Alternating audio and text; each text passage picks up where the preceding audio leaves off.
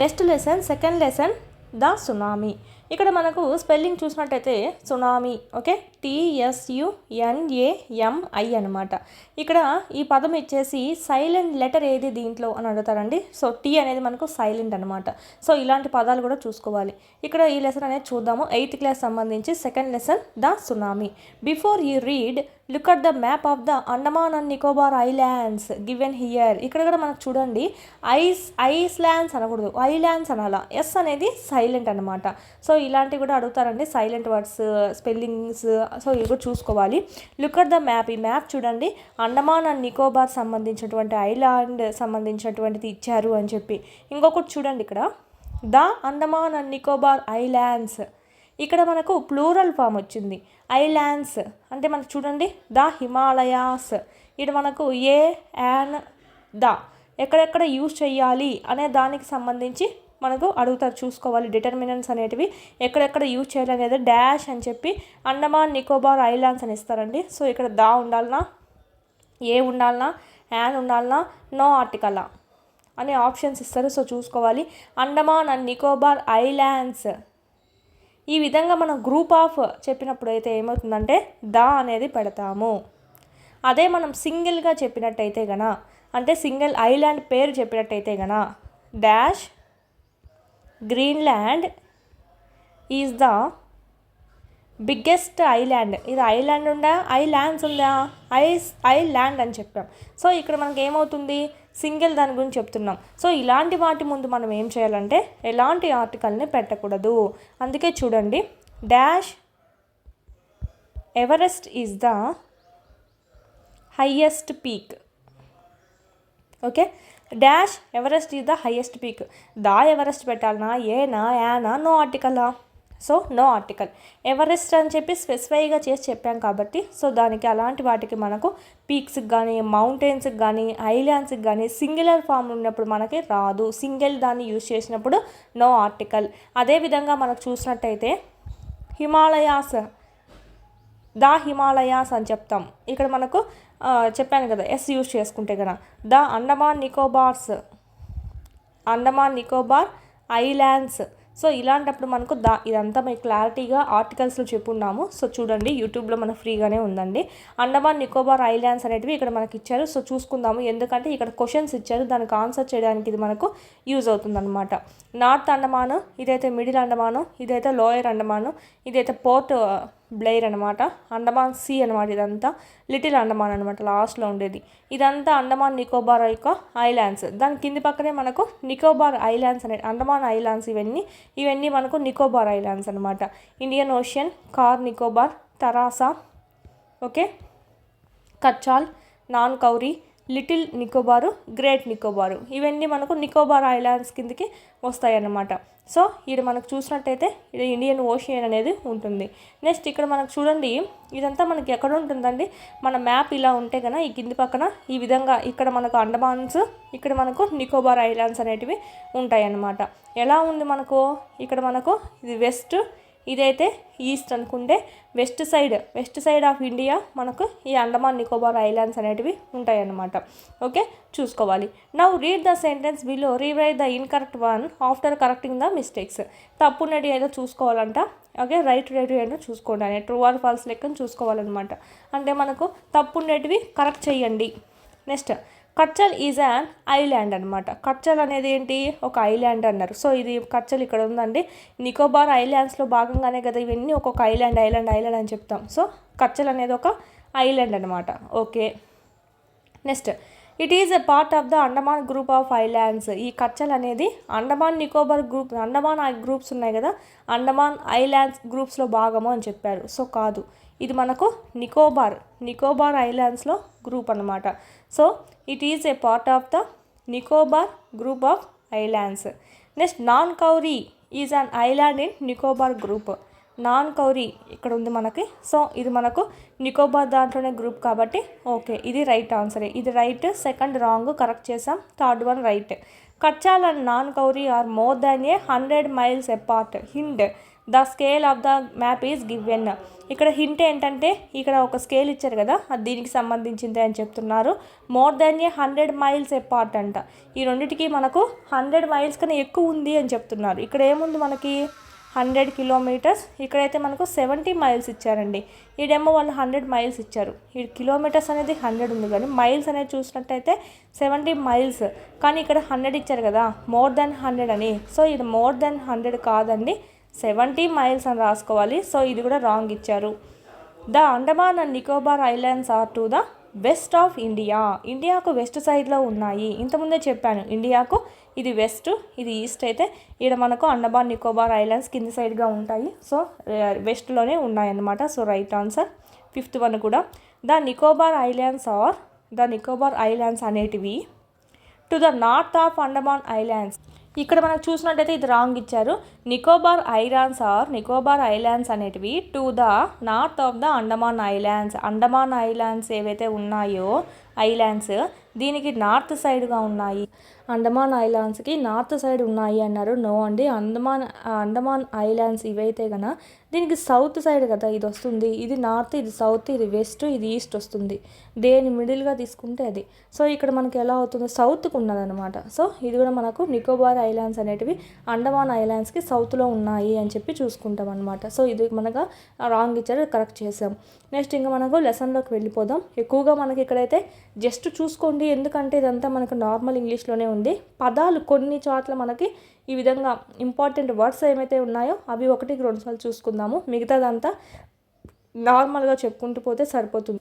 Main ఈ lesson చదివేదే ఎందుకు, vocabulary కోసం చదువుతున్నాం అనమాట. సో చూద్దామండి. ప్లస్ గ్రామర్ పార్ట్ కోసం చదువుతున్నాం. ఏమన్నా ఎగ్జాంపుల్స్ ఇచ్చేది, పేరాస్ ఇచ్చేది వీటిలోంచి ఇస్తాడని చెప్పి. సో చూద్దాం, ఇదంతా నార్మల్ ఇంగ్లీష్గానే ఉంటుంది. Tsunami is a very large. Tsunami అనేది చాలా పెద్దగా ఉంటుంది. Powerful wave caused by earthquakes under the sea. సముద్రం లోపల ఏదైతే ఉందో, సముద్రం లోపల ఎప్పుడైతే భూకంపాలు వస్తాయో అదే మనకి ఈ భయంకరమైన అత్యంత శక్తివంతమైన సునామీకి, అంటే ఈ కెరటాలు అనేటివి ఈ లోపల మనకి సముద్రంలో భూకంపాలు రావడం అనేది జరుగుతుంది. అంటే పలకలు అనేటివి కదలడం. ఈ భూకంపాల వల్ల ఏమవుతుందంటే అక్కడ నీళ్ళు అనేటివి మనకు సునామీ వచ్చేటప్పుడు అల అనేది చాలా పెద్ద అల అనేది రావడం జరుగుతుంది. ఆ అల వల్లే ఇక్కడ సునామీ అనేది వస్తుంది. సునామీ అంటేనే అది పెద్ద అల అనేది, మామూలుగా అల ఇలా వెళ్తే ఇలా మీదకి వస్తుంది. సో పెద్ద అల వచ్చిందంటే కానీ ఇంత పైకి లేసి ఇలా వస్తుందండి. సో దాన్నే మనం సునామీ అంటాము. ఇలాగా శక్తివంతమైన కెరటం అనేది ఎందుకు వస్తుందంటే సముద్రం లోపల మనకు భూకంపం రావడం అనేది జరుగుతుంది. ఆన్ 26th December 2004లో మనకి December 26th అంటే క్రిస్మస్కి జస్ట్ అండి మరుసటి రోజుగానే మనకు అక్కడ సునామీ అనేది రావడం అనేది జరిగింది. Tsunami hit Thailand and parts of India such as Andaman Nicobar. ఇది ఎక్కడెక్కడ వచ్చిందంటే దీనివల్ల ఎక్కడ ప్రభావితమైందంటే థాయిలాండ్ కూడా ప్రభావితమైంది. ప్లస్ ఇండియాలో కొన్ని పార్ట్స్ అనమాట. అది ఎగ్జాంపుల్ చూసుకున్నట్టయితే Andaman Nicobar islands, okay. And మరి తమిళనాడు తీర ప్రాంతాలు ఉన్నాయి కదా, అది మనకు మూవీలో కూడా ఉందన్నమాట. Here are some stories of courage and survival. ఇక్కడ కొన్ని స్టోరీస్ అనేవి ఇచ్చాము.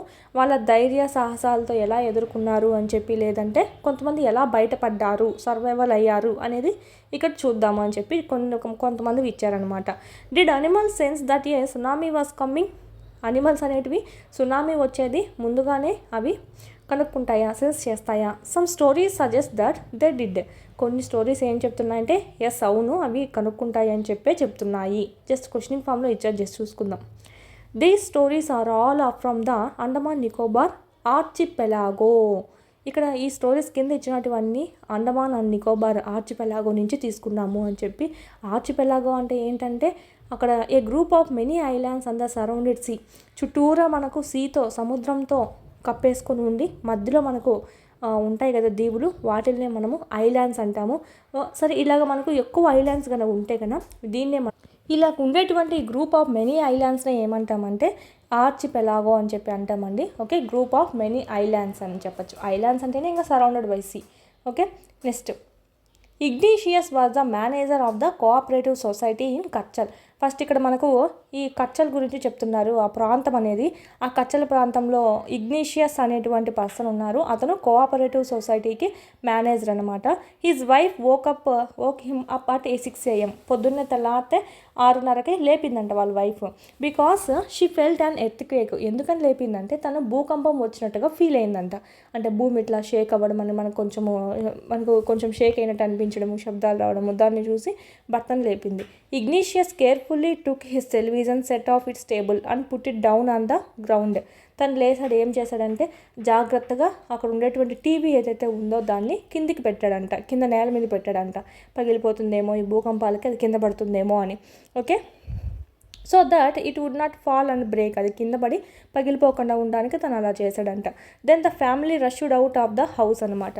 Then the family rushed out అంటే ఏంటంటే మనకు ఆ ఇంట్లో నుంచి బయటకు వచ్చేసారనమాట, ఆ ఇంట్లో నుంచి వెళ్ళిపోయారు అని చెప్పి. When the tremors stopped.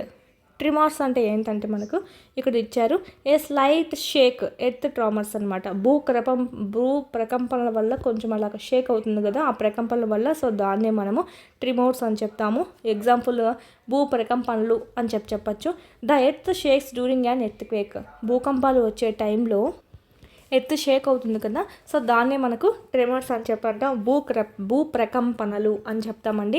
ఆ భూ ప్రకంపనలు ఎప్పుడైతే ఆగిపోయాయో they saw the sea rising.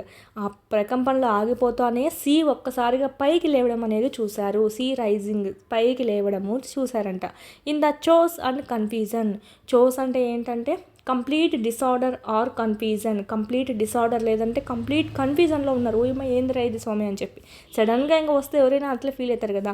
So 2 of his children caught hold of the hands of their mother's father. ఇద్దరు పిల్లోళ్ళు ఏం చేస్తారంటే, మామూలుగా తనకి 5 పిల్లోళ్ళు అనమాట, ఇక్కడ 2 ఇక్కడ 3 అనమాట. సో ఇక్కడ ఇద్దరు పిల్లోళ్ళు ఏం చేశారంట, వాళ్ళ తాతగారి యొక్క చేతులు పట్టుకున్నారు. ఇంకొకరు మదర్స్ బ్రదర్ అనమాట, అంటే వాళ్ళ మామగారి యొక్క చేతులు పట్టుకొని rushed in the opposite direction. ఇక్కడ మనకు పరిగెత్తారు దానికి ఆపోజిట్ డైరెక్షన్లో.